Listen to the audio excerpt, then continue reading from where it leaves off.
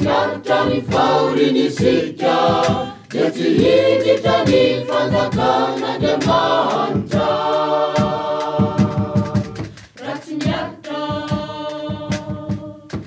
tsy miaritra ny faorinisika dia tsy hiditra ny fanjakan'Andriamanitra.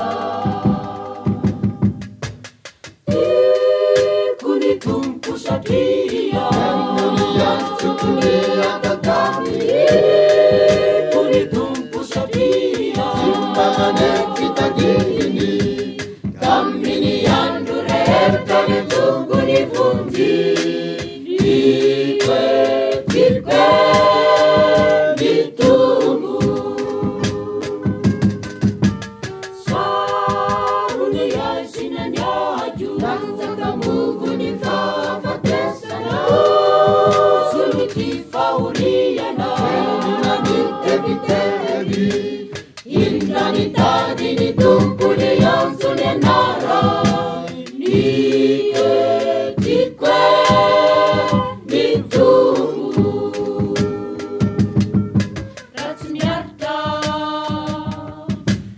miaritra ny faorinisika dia tsy hiditra ny fanjakan'Andriamanitra.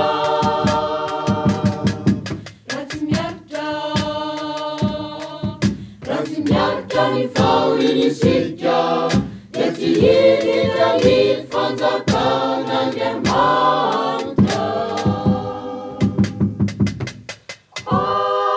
Akatoky ajo ny Tompo ye asoaviny sy nanafakanao velona tsy mba ho faty tsy mba tomaina ny fendrofendro ny maso tikwe ny Tompo.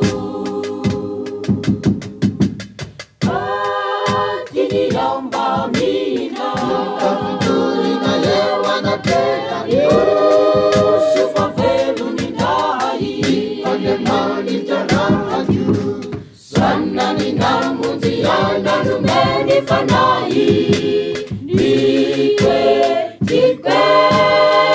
ny Tompo. Raha tsy miaritra ny faorinisika dia tsy hiditra ny fanjakan'Andriamanitra.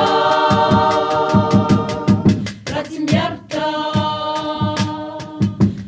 miaritra ny faorinisika dia tsy hiditra